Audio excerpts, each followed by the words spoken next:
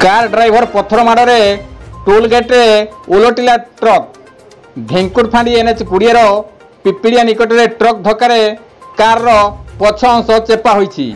एहा परे कार चालक ट्रक पिछा करी ढेंकीकुट टोल गेट निकट में ट्रक आगक एक पत्थर माड़ करथिला, जद्वारा ट्रक काच भांगी ड्राइवर मुहरे पड़ू ट्रक भारसाम्य हराई टोल गेट क्रॉसिंग रे ट्रक टी उलटी पड़ी। खबर पाई ढेंकीकुट पुलिस आहत ट्रक ड्राइवर को घटका डाक्तरखाना पठाई दिया बेले कार को जबत करी फांडी रे रखिछंती। कारटी स्थानीय तराग्रामर बोली खबर मिली। बीरा रिपोर्ट केडी मुजुड़िया।